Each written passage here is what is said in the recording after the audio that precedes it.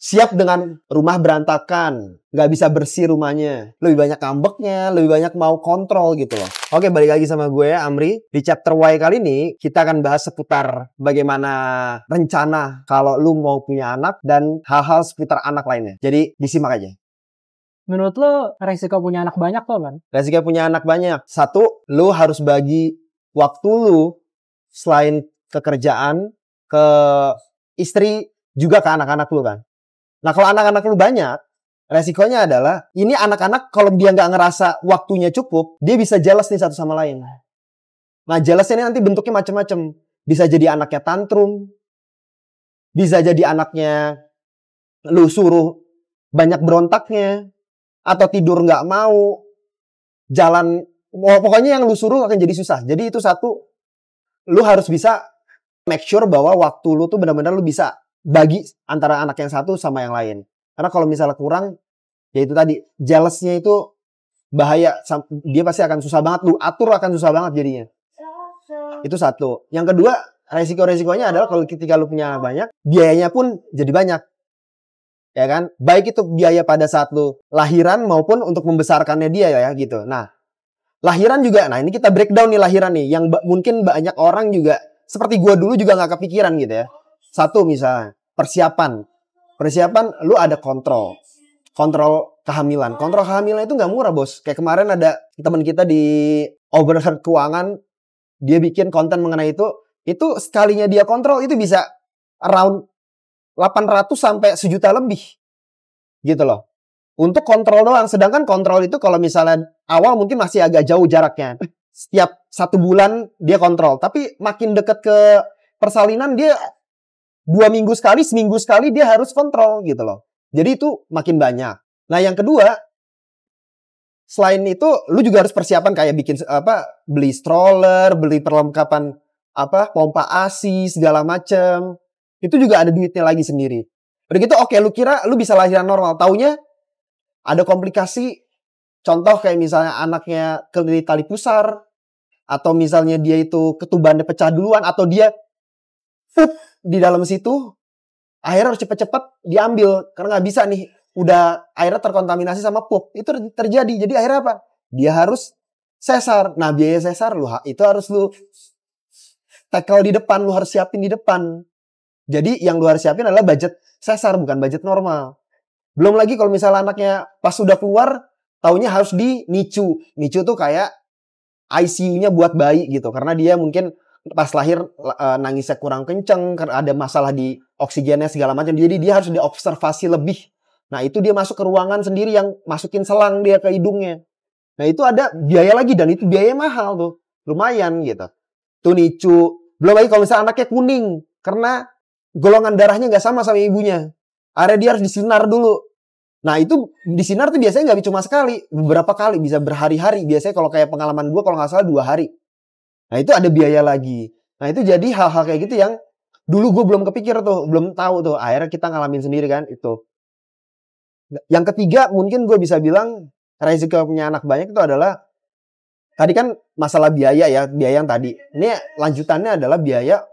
Kalau lu punya anak tuh lu harus bisa jarakin gitu. Karena kalau enggak, lu akan bayar uang sekolah berbarengan gitu loh. Ketika lu mau bayar SPP sekolah anaknya yang masuknya barengan, karena lu gak jarakin dengan tepat waktunya, akhirnya misalnya lu jarakin 3 tahun. Per 3 tahun. Anaknya satu masuk SMP, satu masuk SMA. Lu harus bayar uang pangkalnya gede banget itu di tahun itu gitu. Nah itu kan lu harus bisa antisipasi supaya lu kalau bayar uang pangkal tuh beda tahun gitu loh. Nah itu hal-hal kayak gitu. Paling sampai situ dulu sih. Menurut lo hal yang paling penting dipersiapin sebelum punya anak tuh? Siapin mental. Biaya? Enggak, maksud gue pendidikan dulu atau apa dulu? Kalau menurut gue sih pasti yang harus disiapin ekonominya ya, financialnya siap.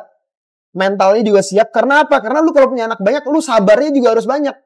Kalau lu ngerasa lu orangnya sabarnya itu tipis ya, aja lu dikit-dikit marah gitu ya, itu susah sebenarnya gitu. Jadi lu harus belajar siap dengan rumah berantakan, nggak bisa bersih rumahnya karena berantakan terus, diberantakin mulu sama anak lu ya kan.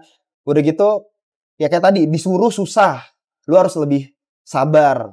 Karena lu harus jaga mentalnya dia, lu harus jaga proses dia dalam perkembangan otaknya dia. Karena perkembangan otak itu di 6 tahun pertama, anak tuh terjadi sekitar 80-90%. Sisanya tuh baru nanti ke umur 17 tahun baru dia complete 100%. Jadi 80-90% tuh di 6 tahun pertama.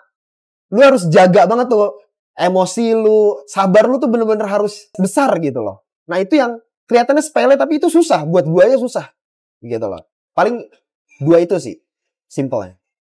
Kan kalau punya anak banyak kan pasti karakter anak beda-beda ya. Tuh. Karakter anak beda-beda. Tapi kan namanya orang tua pasti pengen berlaku adil. Yes. Tapi kan adil belum tentu setara kan. Tentu Yes, sama. ya. Nah, cara lo untuk ngebuat biar anak lo ngerasa jelas satu sama lain dengan perbedaan karakter itu apa? Satu, gue biasanya menjelaskan ke mereka mengenai karakter masing-masing. Terlepas dari dia tuh tahu atau enggak maksud yang gue omongin, tetap gue jalanin gitu loh. Jadi gue kasih tahu, ini adik lu tuh karakternya kayak gini, beda. Kayak contoh gue, anak gue nih ya, dia selalu ngebenerin adiknya mulu, karena adiknya ngomongnya masih artikulasinya nggak bener. Dia sedangkan dia beda hampir 2 tahun, dia udah tahu mana yang salah, mana yang bener. Nah dia pengennya, dia mau ngasih tahu adiknya nggak bisa, dia marah, dia frustasi. Ya kan? Nah itu salah satu bagaimana gue menjelaskan ini karakternya beda. Ya anaknya juga levelnya di level yang berbeda, umurnya lebih muda. Lu harus tahu gini. Nah terus gue juga ngasih selalu waktu, gue punya waktu berdua sama masing-masing anak gitu loh. Supaya mereka ngerasa kalau mereka tuh memang diperhatikan dan ada waktunya gue sama mereka gitu loh. Jadi gue mencoba bagaimana equal dari sisi waktu yang gue berikan ke mereka supaya itu tadi menghindari jealousy antara satu sama lain itu. Gitu. Kan anak lo udah ada yang udah cukup besar lah ya umurnya gitu. Ya. Di umur dia yang sekarang sama masih muda itu lebih berat yang mana? Lebih berat yang mana? Nah sebelum gue jawab pertanyaan ini, jadi gue nih punya anak 5. 1 SMA, 1 SMP, 1 lagi kindergarten atau TK gitu ya. Yang 1 lagi baru mau masuk TK tahun ini. Dan yang terakhir masih umur 1,5 tahun. Nah jadi menurut gue sih dua-duanya berat ya. Karena tantangannya emang beda masing-masing gitu loh. Gak ada, menurut gue sih agak susah ya kalau suruh milih ya. Maksudnya beratan mana gitu ya. Karena menurut gue dua-duanya berat gitu. Yang satu ini harus sabar, yang sini sabar juga. Sana butuh biaya, sini juga butuh biaya juga, sama aja. Mungkin susahnya kalau gini. Mungkin bisa dibilang lebih enak kalau kita mau paksa mana yang lebih susah, mungkin kita bisa bilang yang lebih muda ya. Karena kalau yang lebih tua. Karena kalau yang lebih muda, lu masih di tahap yang lu harus mendisiplinkan dia. Jadi lu masih punya authority lebih besar gitu.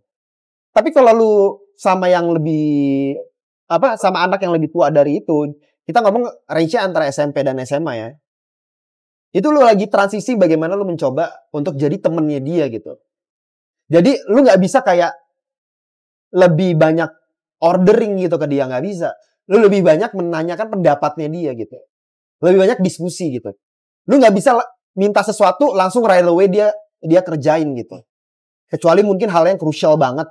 Jadi sabarnya tuh beda konteks karena lu mencoba lagi transisi untuk menjadi temannya dia. Itu yang susah menurut gua. Jadi kalau misalnya suruh pilih lebih gampang pas masih kecil sih sebenarnya. Lu masih bisa untuk maksa dia ke sini karena kita masih ada justification tadi. Disiplin. Kalau dari pemikiran gue ya, gue kan buat gue kurang masuk dengan pemikiran orang yang rezeki anak itu akan selalu ada gitu. Oke. Sementara kan tadi yang lo bilang kalau punya anak kan sebenarnya kalau menurut gue harus dipersiapkan dulu kan. Iya. Ya, tadi lo bilang ada mental, ada biaya segala macam. Ya tapi gimana kondisinya kalau misalnya gue percaya ya dengan statement bahwa udahlah gue jalanin dulu, rezeki anak itu kan udah ada lah gitu. Jadi gue udah nggak terlalu khawatir lagi. Lo gimana dengan statement kayak gitu?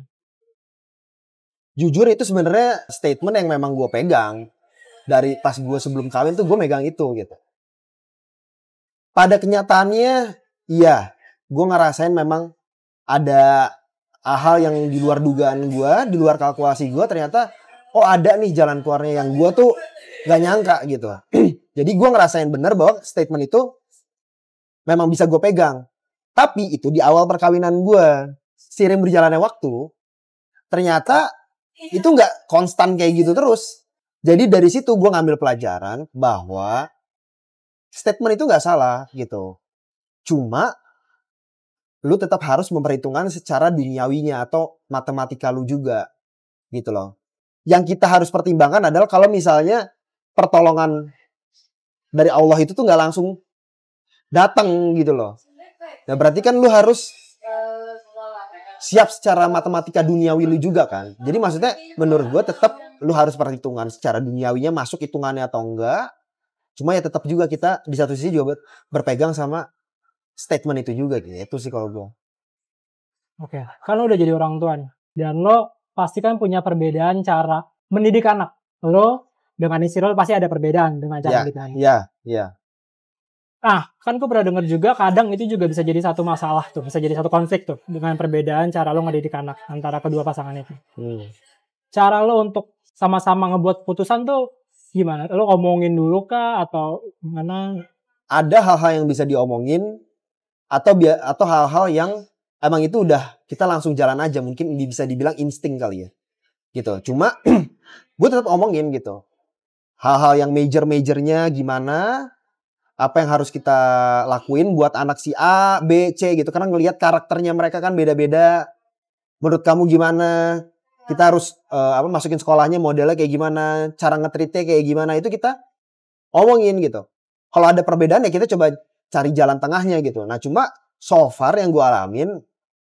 Gue masih bisa dapat jalan tengahnya ya. Maksudnya kalau untuk pengalaman yang berbeda banget. Maksudnya kayak dari cara gue mau nge-treatnya kayak gini gitu. Misalnya dari pasangan lu. Enggak sih gue belum sampai ke situ ya. Karena so far kompromi kita gue masih bagus gitu. Gitu. Jadi belum ada clash-clash yang besar untuk dalam hal mendidik anak tadi sih. Lo kan punya anak cewek sama anak cowok. Ada nggak yang lo rasain perbedaan gimana cara lo nge-treat anak perempuan, gimana cara lo nge-treat anak laki-laki gitu. Perbedaan yang lo... Perbedaannya adalah kalau anak perempuan itu lebih cenderung ya, kita ngomong secara general, dia lebih cenderung nurut gitu. Jadi gue lebih gampang untuk ngasih perintah gitu.